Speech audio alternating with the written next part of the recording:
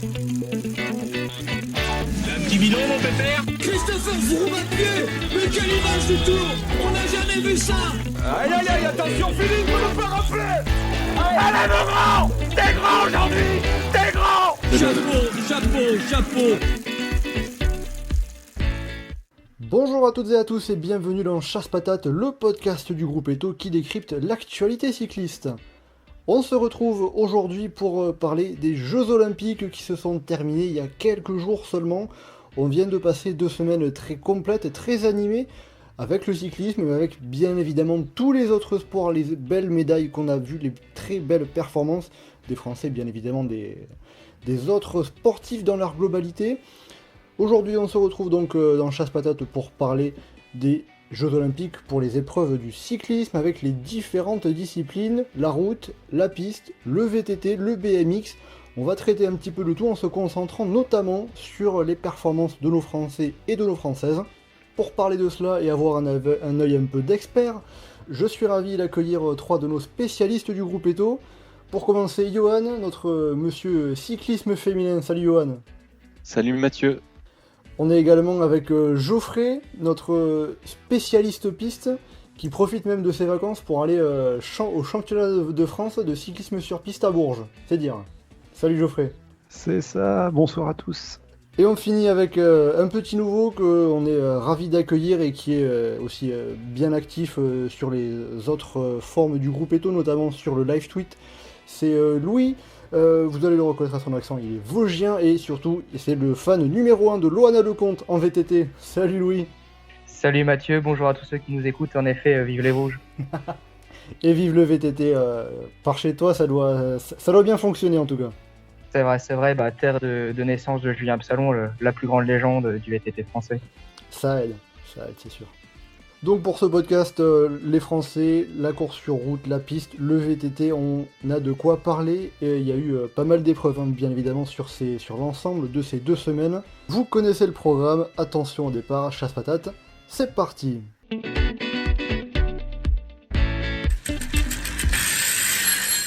Rentrons dans le vif du sujet pour les performances de nos Français, tout simplement.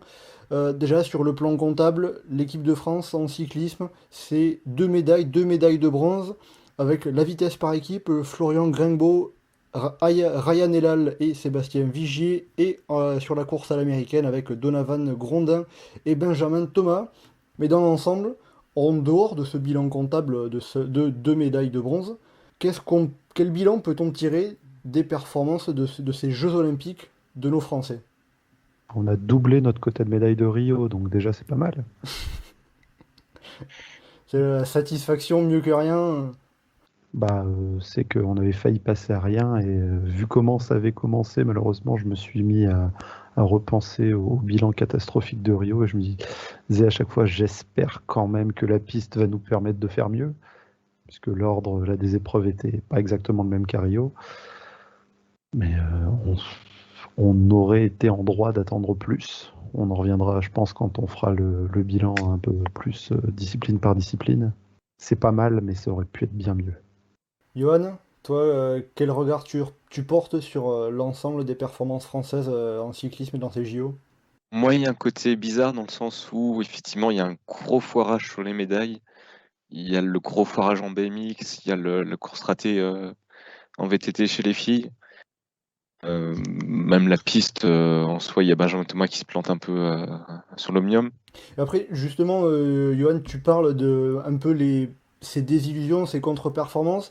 On a le BMX, comme tu en as parlé, Benjamin Thomas notamment sur l'omnium. On a aussi eu le VTT, et on pourra en reparler un peu plus en détail. Qu'est-ce que c'est ? Est-ce que c'est une succession de désillusions qui n'ont pas de lien entre elles ? On est simplement les plus grands malchanceux du monde ? Ou est-ce que on peut relier tout ça ensemble ? Je trouve ça difficile de le relier ensemble alors que c'est 3 pôles différents, qui s'entraînent pas avec les mêmes personnes, qui se préparent pas avec les mêmes personnes. On peut toujours se poser des questions sur la piste, parce que la politique fédérale sur la piste ces dernières années, elle est catastrophique. Dans quel sens ? Pas d'encadrement, on vire des coureurs, on vire des encadrants, on met des entraîneurs qu'on se rend compte finalement qui sont pas bons et qu'on vire 2 mois avant les JO. Il y avait, comment ça s'appelle, Sandy Claire, non, je sais plus. Clara Sanchez, qui s'est fait jeter responsable de la vitesse 3 mois avant les JO. Enfin, c'est n'importe quoi, quoi. Il y a tout un tas de trucs comme ça qui font que, enfin, tu peux Dans la pas même dire idée, que la piste ça a été optimisé, quoi. Dans la même idée, tu évoques Sandy Claire. On avait un duo avec Mathilde Gros qui, après 1 an sur 2 de quota de qualification, était qualifiable pour la vitesse par équipe. Et d'un seul coup, on a décidé que finalement, on ferait pas la vitesse par équipe et on a un peu forcé Sandy Claire à une retraite forcée. Et du coup, on a eu le côté marrant où on a eu. On a eu Coralie Demey qui a fait du keirin aux Jeux Olympiques alors qu'elle n'avait pas dû faire de keirin depuis qu'elle était en rang junior ou cadet. Et puis à côté de ça, tu as le BMX où tu as 3 gars en finale, donc c'est compliqué de dire qu'il y a eu un vrai raté, quoi. Je suis pas assez spécialiste du BMX pour dire à quel point la fédération gère bien l'approche des JO et tout ça, donc j'aurais du mal à préciser beaucoup. Et en VTT, de ce qu'on a entendu, le job il a été fait en amont. Enfin, il y avait Pim Ferrand-Prévot qui s'était recréé des obstacles à l'entraînement, qui avait bien géré la technique. Les athlètes étaient arrivés dans de bonnes conditions. Après, c'est juste que il y a des malheurs qui font que ça marche pas. Je trouve qu'il n'y a pas le même bilan à faire selon les disciplines, et y compris. Les plantages sont pas forcément tous les mêmes, ont pas tous forcément tous les mêmes conséquences. Et Louis, après, toi, qu'est-ce que tu en tires, toi, de ces JO pour les Français? Alors moi j'ai eu la chance d'assister à la conférence de presse de la Fédération française de cyclisme, qui avait lieu à Épinal en amont du championnat de France, donc en présence du président de la Fédé, du DTN et de Thomas Vauclair. Et l'objectif qui a été annoncé, c'était d'obtenir 6 médailles. Et donc on se rend compte que l'objectif il n'est pas du tout atteint. Pour la Fédé, ça reste un loupé, donc là-dessus il y a rien à dire.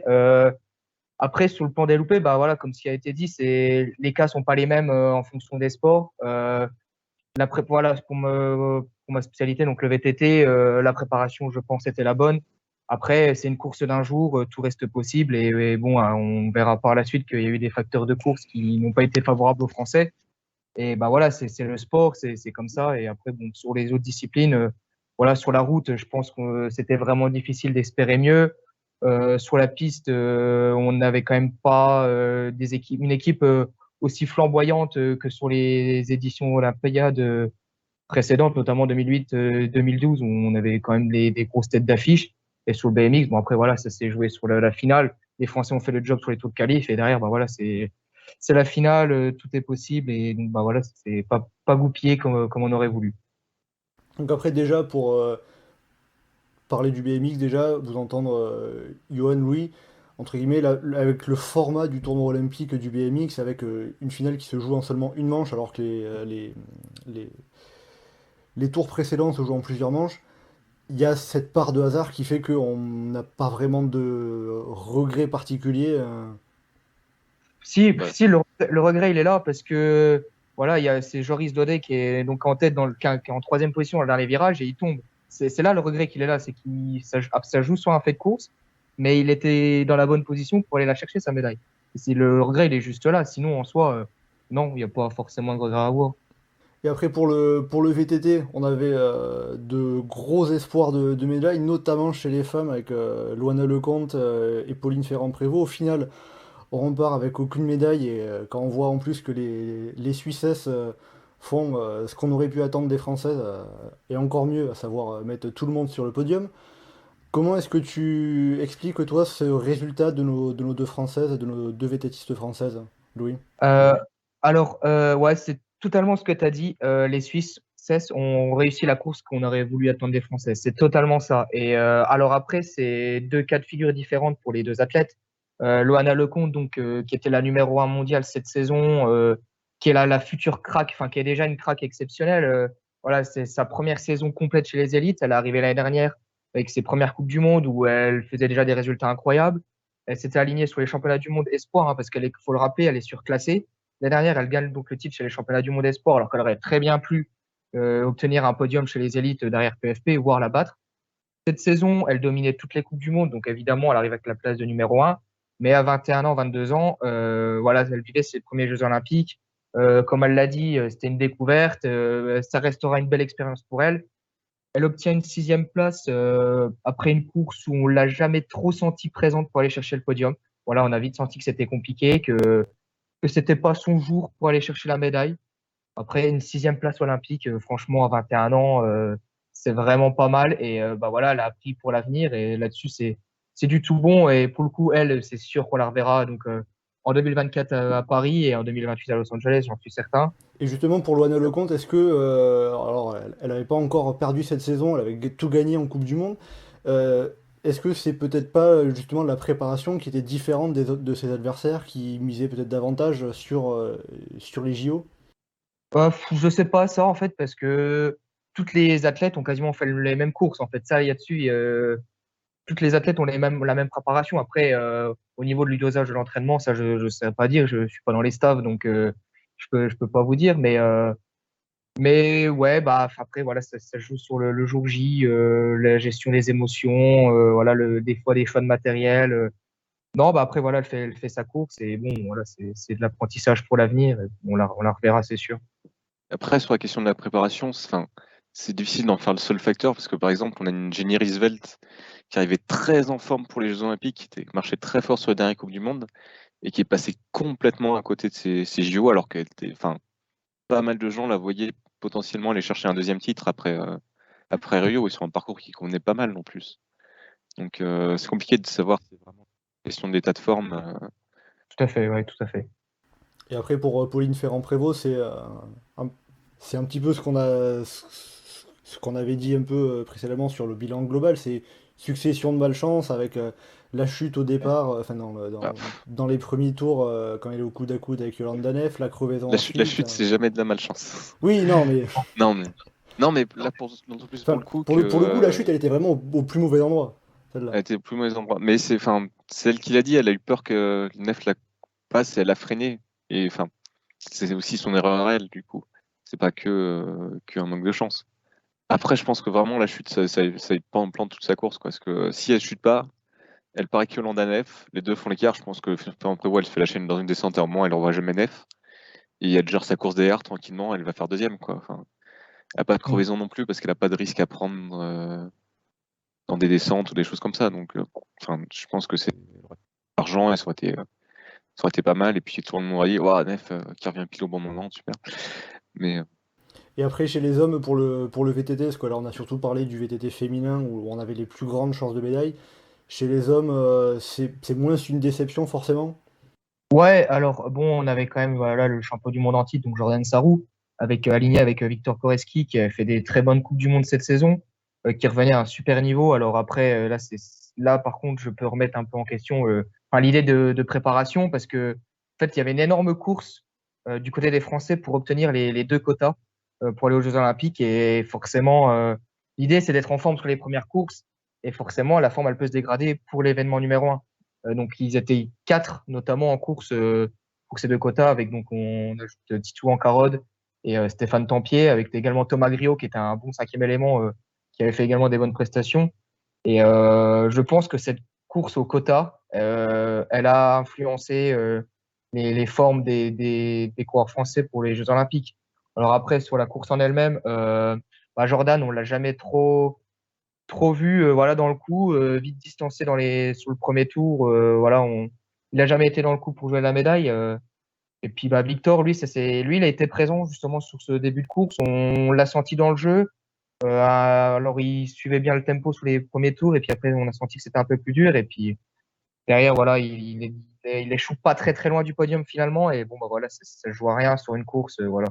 Victor n'a pas de regret à avoir en fait. Victor Koretzki qui était au duel avec notamment Nino Schurter et qui se fait remonter sur la fin dans les 2 derniers tours par l'Espagnol Valero qui va chercher la médaille de bronze. Donc c'était pas très loin, mais il manque finalement, c'est pourquoi tout le monde vient, c'est finalement une médaille. On a parlé du BMX, de la piste, du VTT. Juste sur la piste, j'aimerais revenir un petit peu sur quelque chose parce que Louis évoquait Loana Lecomte avec les objectifs de notamment 2024 et pourquoi pas 2028. Pour la piste, on a quand même des énormes éléments d'avenir qui ont été confirmés. Florian Grengbo qui fait sa première compétition majeure chez les élites à 20 ans, qui fait des super chronos en démarreur dans la vitesse par équipe. C'est notamment grâce à lui qu'on va récupérer la médaille de bronze. Un peu parce que les Australiens sont foirés, mais c'est quand même aussi grâce à lui, parce que mine de rien, le trio qu'on a eu là fait fait le record de France. On a Mathilde Gros qui sort 4e des qualifs, qui fait le meilleur 200 mètres lancé en qualification de sa carrière. Elle est éliminée elle est éliminée en huitième de finale par Li Weitse, qui est probablement la meilleure coureuse du monde sur les 3 ou 4 dernières années en vitesse individuelle. Elle perd de justesse contre elle perd de justesse en repêchage. On a un quatuor de poursuite par équipe, enfin plutôt une équipe de 6 en poursuite par équipe, parce qu'il y a eu quelques rotations, mais c'est un collectif de 6 qui fait toutes les compétitions internationales depuis quelques années, où Coralie Demey, avec ses 28-29 ans, paraît à des allures de vétérante, vu que les autres ont toutes entre 20 et 23 ans, et qui a explosé le record de France dans des proportions auxquelles je ne m'attendais pas. C'est-à-dire que sur le forum, certains réagissaient sur le fait ouais, on est passé de 4,17 à 4,10, on a augmenté de 7 secondes, et les autres nations aussi, elles ont augmenté de 5, 6, 7 secondes. Sauf que les autres nations ont augmenté leur record de 5, 6 ou 7 secondes, mais c'est un record qui pouvait dater de 2, 3 ou 4 ans. Les Britanniques, par exemple, c'était un record qui datait des derniers Jeux, et c'est en 4 ans, elles ont gagné, en 4 ans, l'équipe de Grande-Bretagne a gagné 6 ou 7 secondes. En 4 ans, l'équipe d'Allemagne a gagné 8 ou 9 secondes. En 4 ans, l'équipe de France de poursuite par équipe féminine a gagné plus de 20 secondes.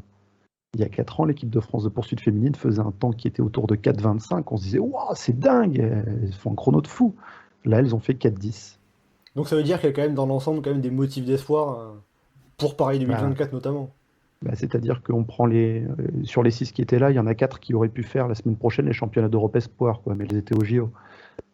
Donc effectivement, il y a de quoi espérer de grandes choses pour Paris 2024.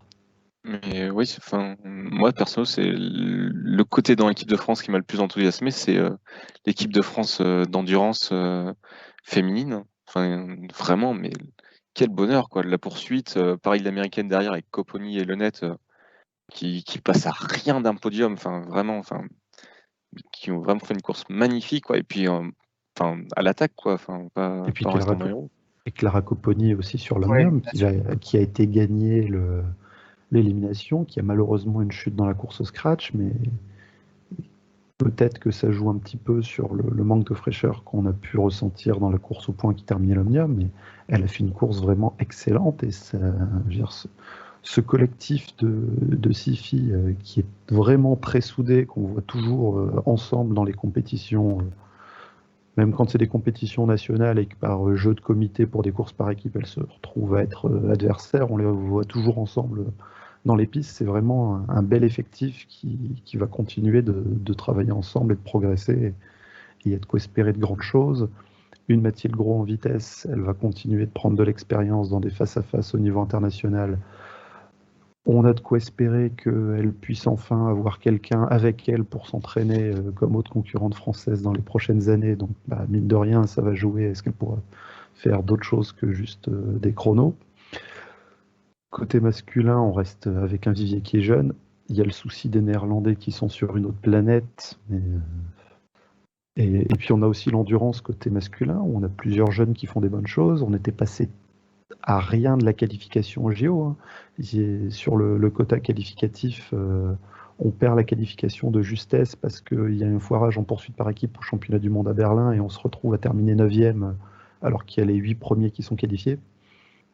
Donc il y a de quoi quand même espérer des choses, beaucoup de choses pour Paris 2024. Donc il y a de quoi espérer mieux que 2 médailles sur l'ensemble du cyclisme à Paris 2024. Je dis pas qu'on va revenir au niveau d'Atlanta, mais il y a de quoi espérer. C'est-à-dire qu'on avait une médaille de bronze il y a 4 ans, enfin il y a 5 ans, là on en a 2. On aura plus que 3 médailles de bronze à Paris 2024. Allez, on prend le pari.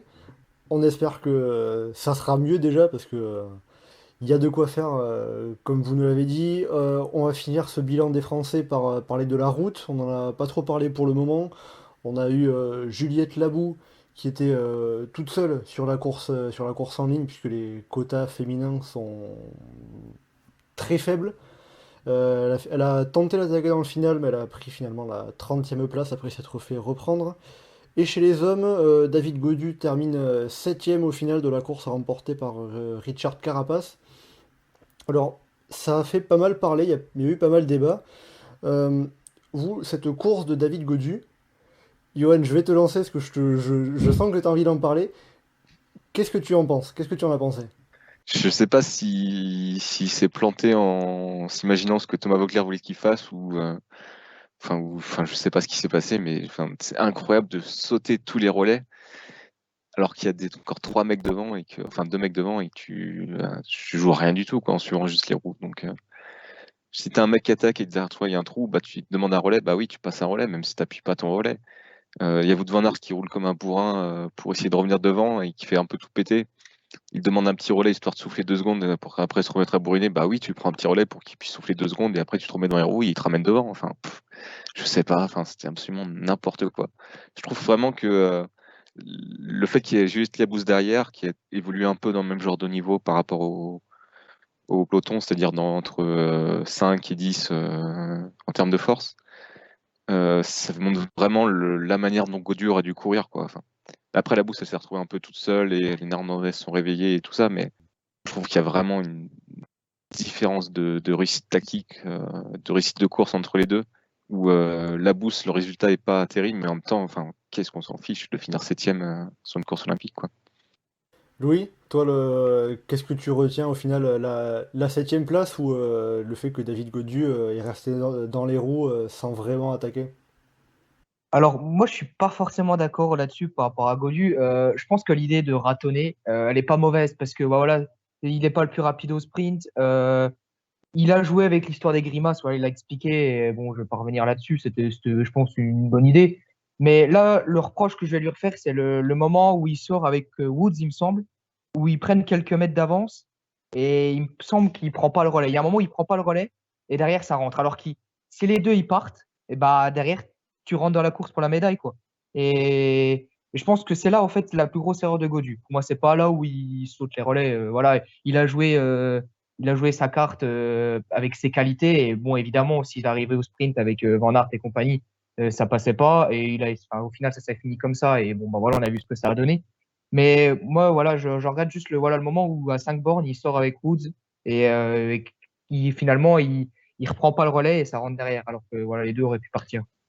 Mais moi, je parle pas de sauter des relais, je parle vraiment de casser les dynamiques de groupe.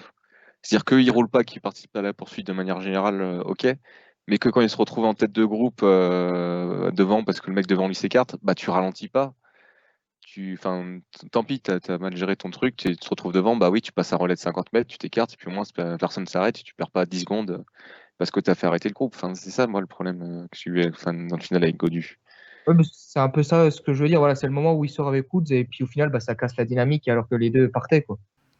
C'est un des exemples, on va dire, un peu de ce dont parle Johan, qui peut-être enfin, je sais pas si c'est le plus parlant, mais le plus marquant, puisque c'est vraiment sur la fin, au moment d'arriver sur le circuit du Fuji Speedway, où ouais, s'il prenait le relais, il y avait peut-être un écart qui pouvait se faire pour la médaille. Geoffrey, toi, pour finir, la tactique dictée par Thomas Voeckler et appliquée par David Gaudu, qu'est-ce que tu en penses? Bah, j'ai pas compris grand-chose à ce qui aurait pu être prévu, mais au final, quand j'ai vu la course des Néerlandaises le lendemain, je me dis c'est bon, en fait, il y a eu pire. Après, quand on voit les mecs devant, bon, la 7ème place de Gaudu au JO, je veux dire, je vois les mecs sur le podium, ouais, non, Gaudu, il est malheureusement pas à ce niveau-là encore. J'espère dire qu'il est juste pas dans ce niveau-là encore. Bon, 7ème, il y a quand même le petit diplôme pour tous les mecs qui sont au JO, qui sont dans le top 8. Donc, Johan disait qu'il n'y avait rien à gagner. Effectivement, ça vaut pas la médaille, mais c'est mieux que rien. On a tellement eu des équipes de France qui étaient invisibles au JO sur la route. Là, Après, je trouve que c'est une autre chose, la course de Gaudu et dans la ligne de carrière de Gaudu, en fait, sa place qui oui, le c'est sûr marqueur que de ça aurait pu être un marqueur, un élément déclencheur pour la suite.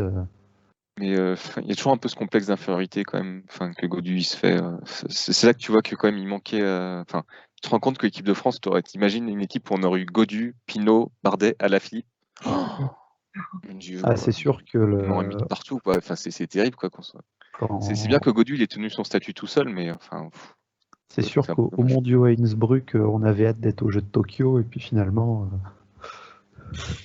Aïe. Il n'y en avait pas un des trois, quoi. C'est sûr que la comparaison entre ces deux courses fait un petit peu mal, on va dire. Ouais. En tout cas, là, on a bien parlé des Français, même si il y aura encore de quoi, bien évidemment, dire plusieurs heures, je pense.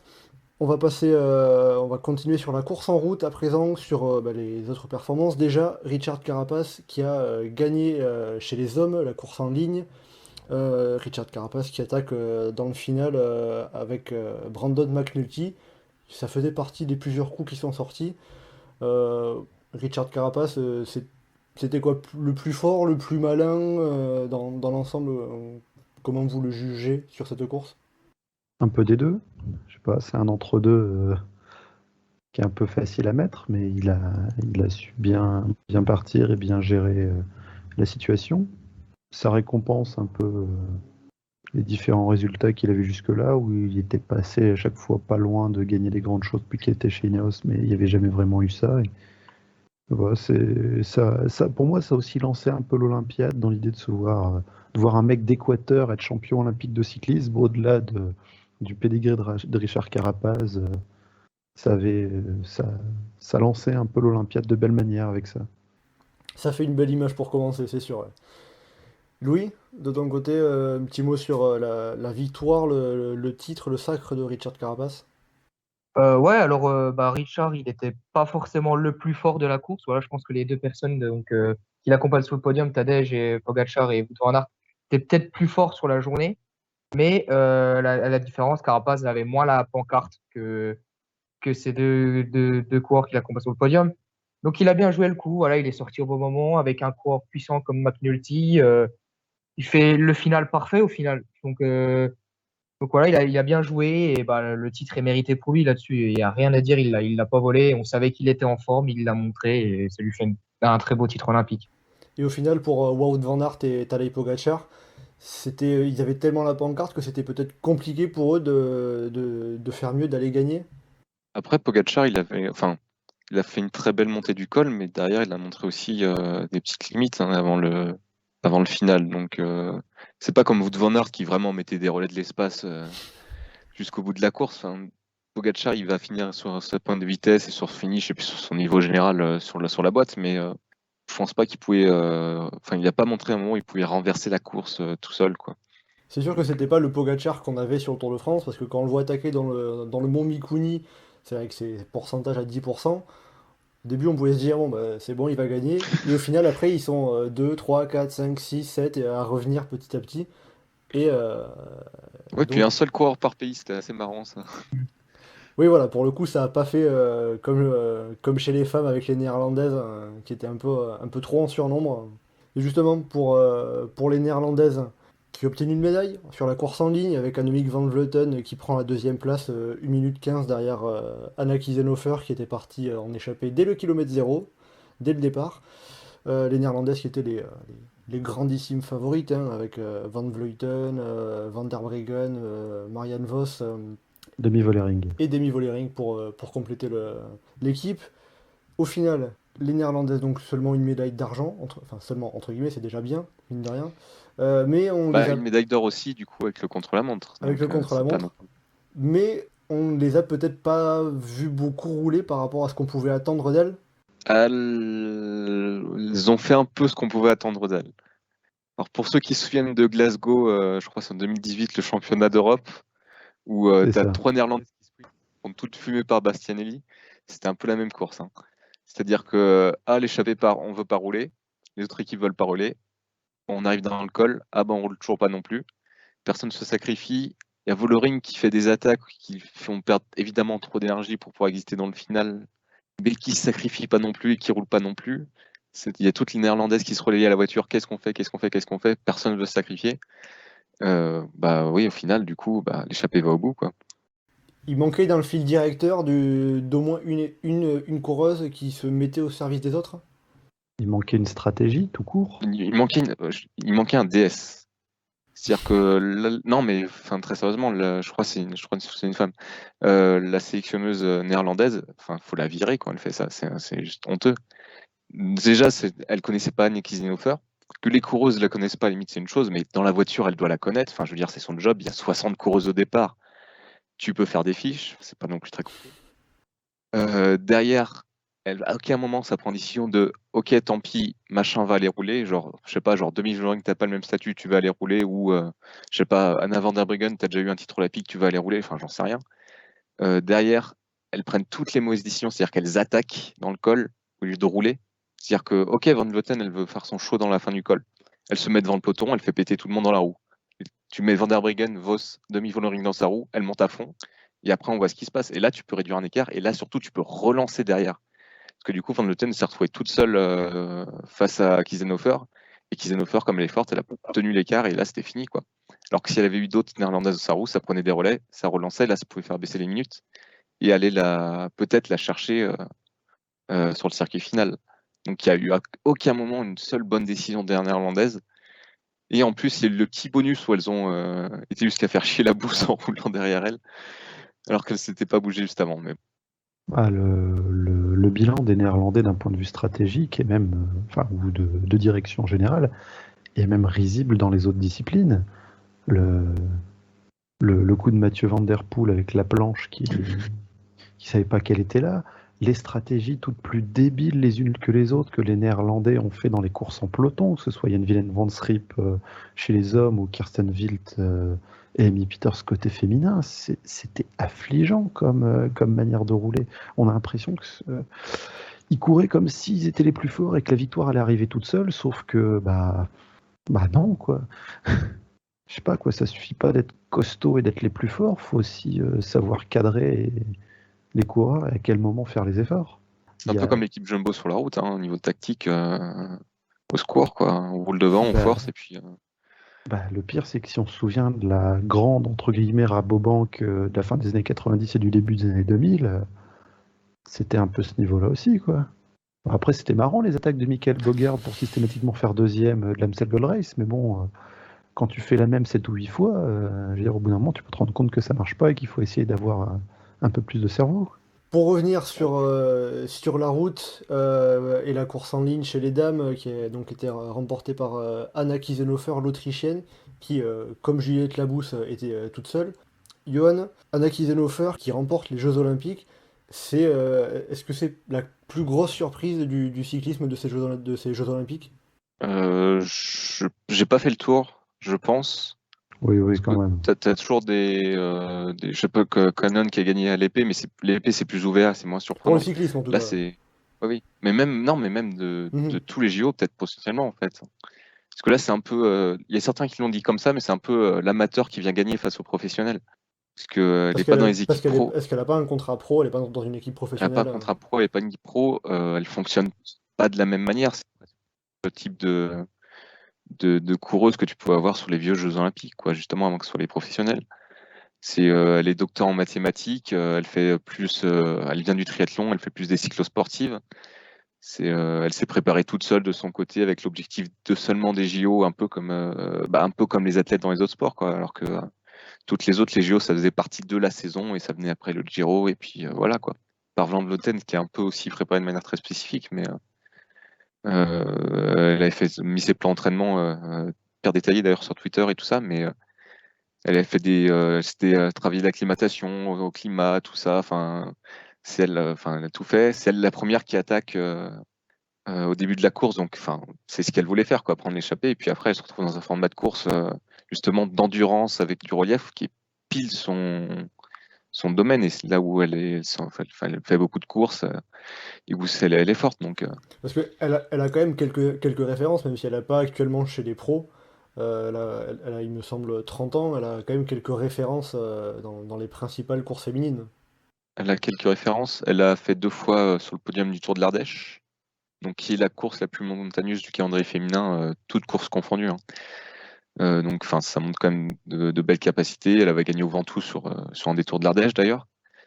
Elle n'est pas connue et je peux comprendre que les coureuses néerlandaises en face l'aient pas captée, mais il y avait d'autres coureuses qui la connaissaient et puis de manière générale, tu savais quand même qu'il fallait s'en méfier, quoi. Fallait pas lui laisser 10 minutes. 10 minutes à une coureuse comme ça, c'est énorme.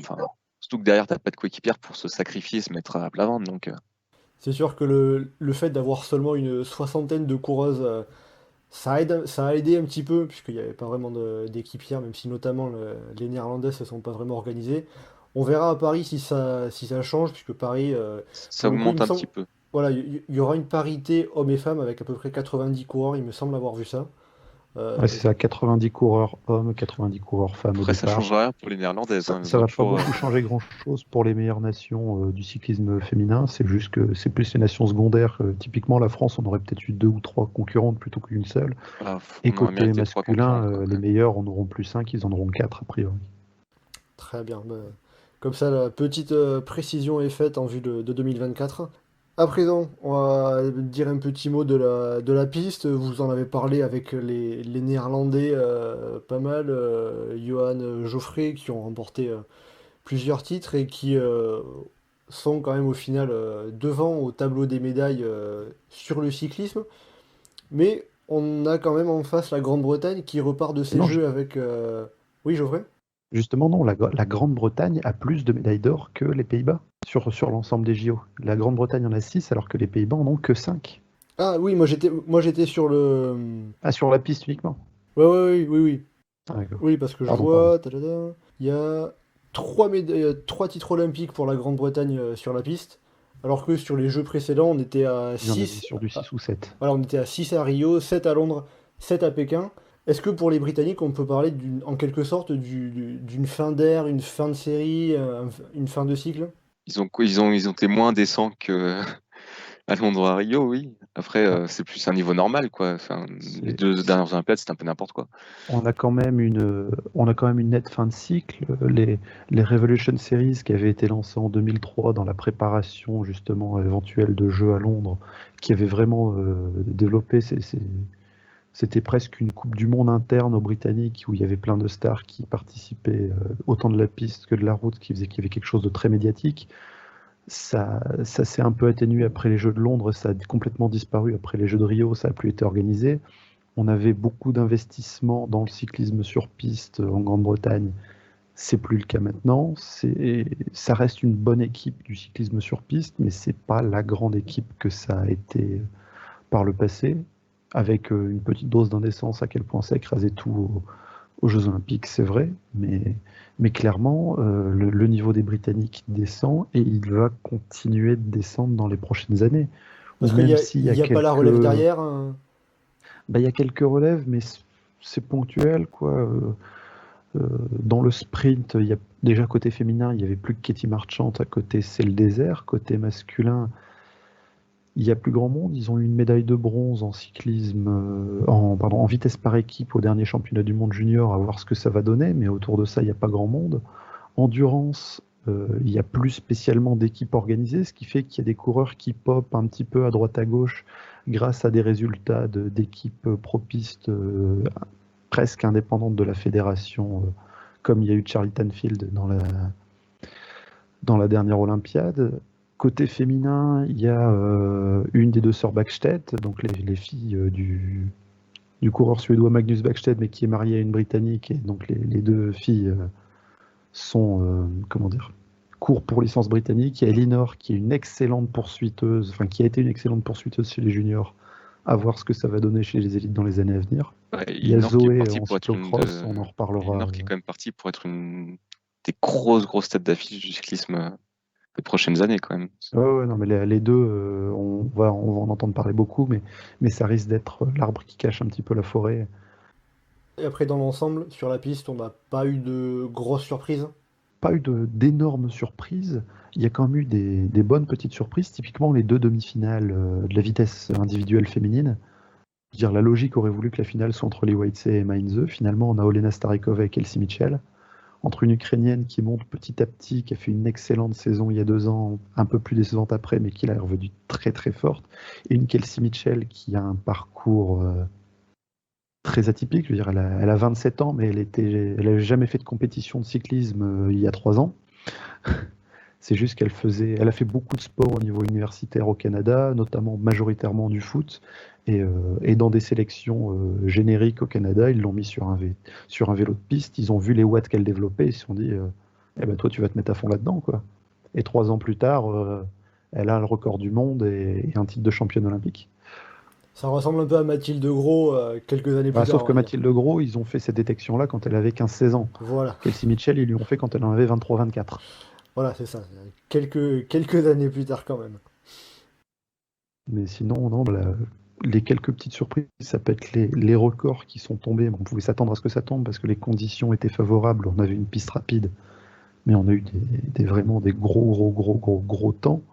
Typiquement des records. On a dû en avoir quasiment sur chaque épreuve ou presque des records olympiques, records du monde. Les seuls qui sont pas tombés, c'est ceux qui ont été faits en très haute altitude, c'est-à-dire même pas à la piste mexicaine d'Aguascalientes, mais aux Jeux panaméricains en Bolivie, qui sont encore 1000 mètres de plus en altitude que le vélodrome mexicain. Typiquement, imaginez le col de l'Isran, imaginez monter encore 500 ou 600 mètres de plus et on fout un vélodrome à cette hauteur-là. Bah, c'est Cochabamba, le vélodrome bolivien, et aux Jeux panaméricains, systématiquement, les records sont explosés quand il y a des choses qui sont faites en Bolivie. Et comme ils ont un vélodrome neuf là-bas, ça aide. Mais sinon, on a eu des temps énormes. Le record des Allemandes sur la poursuite par équipe, Il est fou parce que la vitesse par équipe, en plus, côté féminin, il n'avait pas été battu depuis 4 ans, enfin depuis 5 ans, parce que c'était encore le record des derniers Jeux qui tenait. Et elles le battent de 3 secondes d'un seul coup.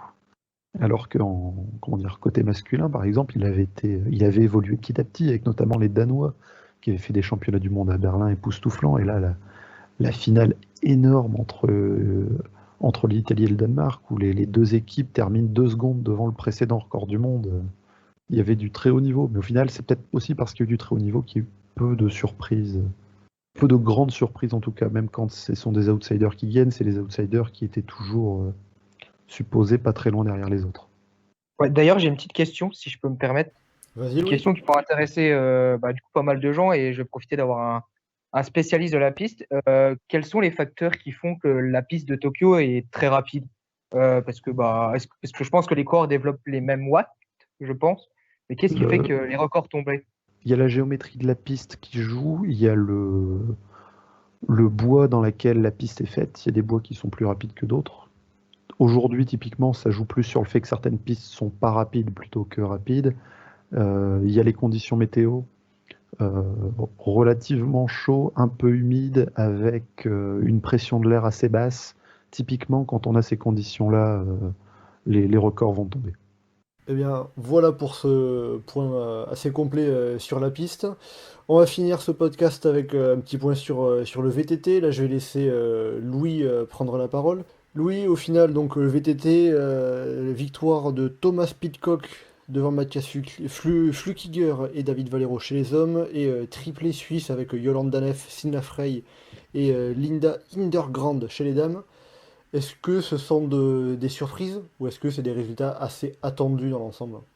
Alors des surprises, il y en a. Voilà, pour moi, si on devait parler d'une seule surprise, pour moi, c'est la troisième place de l'Espagnol Valero Serrano chez les hommes.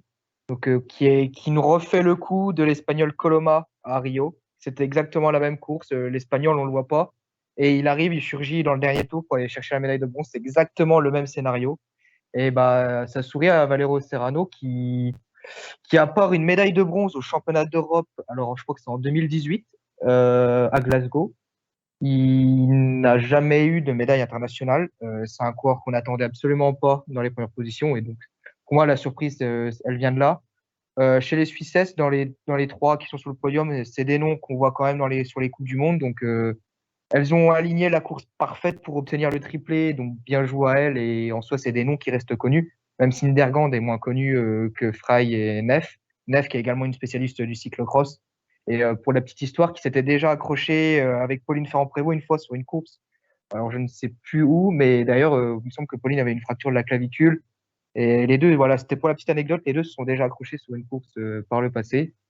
Et sinon, pour revenir à la course masculine, voilà, Pidcock, on savait que c'était un des grands favoris, voilà, avec notamment avec Van Der Poel.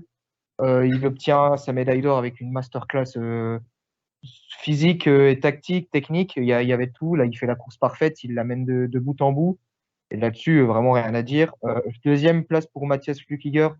C'est pas le nom, c'est pas une grande star comme l'était Nino Schurter depuis quelques années, mais c'est celui qui dominait les courses cette saison, notamment avec Koretsky, le français.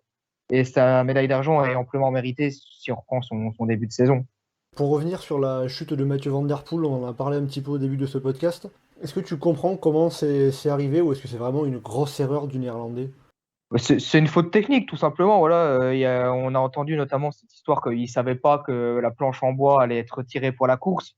Lui, il pensait qu'elle allait rester. Et forcément, quand tu t'attends à ce qu'il y ait une planche en bois alors que c'est un saut, le soleil, il te tombe dessus, quoi. Donc forcément, c'est une faute technique, peut-être de manque d'expérience, peut-être de jeunesse. Voilà, Mathieu, ça reste quand même un jeune coureur.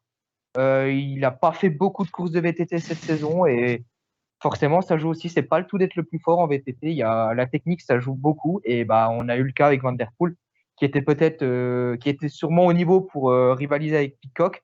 Voilà, je me souviens notamment, il me semble que c'était à Nové Mesto cette saison où les deux corps étaient alignés sur la même course et il y a eu un super duel. On aurait pu avoir le même duel donc, sur cette course de Tokyo, mais voilà, Van Der Poel fait une faute technique qui lui coûte tout simplement la course et toutes ses chances de jouer les médailles. La chute de Van Der Poel, elle pose quand même question, c'est que même si la planche elle est plus là, pourquoi il veut prendre la planche? Parce que c'est quand même un coureur technique, c'est faire des sauts et normalement il n'y a pas de problème sur ça.